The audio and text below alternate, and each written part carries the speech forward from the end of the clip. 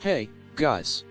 Welcome back to the channel, and if you are new here, don't forget to hit that subscribe button and turn on post notifications so you never miss out on our latest content. Today, we're diving into the world of MacBook Air screen replacements, and we've got the perfect solution for those of you with the A1466 model from 2013 to 2015.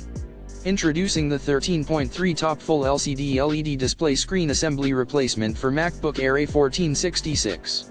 This high-quality display screen boasts a resolution of 1440 x 900 and a size of 13.3 inches, perfect for bringing new life to your trusty MacBook. When it comes to installing this replacement screen, you can rest assured that it's a breeze. Just be sure to unplug the battery power before getting started, and if you have any questions about the installation process, our team is here to help you every step of the way. But perhaps the best part about this replacement screen is the peace of mind that comes with it.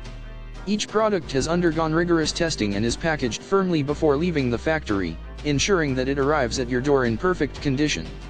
Plus, we've customized professional packaging boxes for shipping, so you can say goodbye to worrying about damage during transportation. Now, I know what you might be thinking: what about compatibility?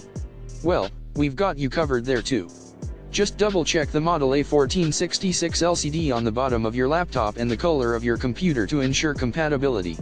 And if you're still unsure, feel free to reach out to us for any assistance you might need. Remember, this product is only suitable for the A1466 machine model from 2013 to 2015, with a 12-pin camera interface. So, if you've got the right MacBook, what are you waiting for? Click the link in the description to get your hands on the 13.3 TopFull LCD LED display screen assembly replacement for MacBook Air A1466 today. And if you have any further questions about taxes, import fees, or anything else, don't hesitate to reach out.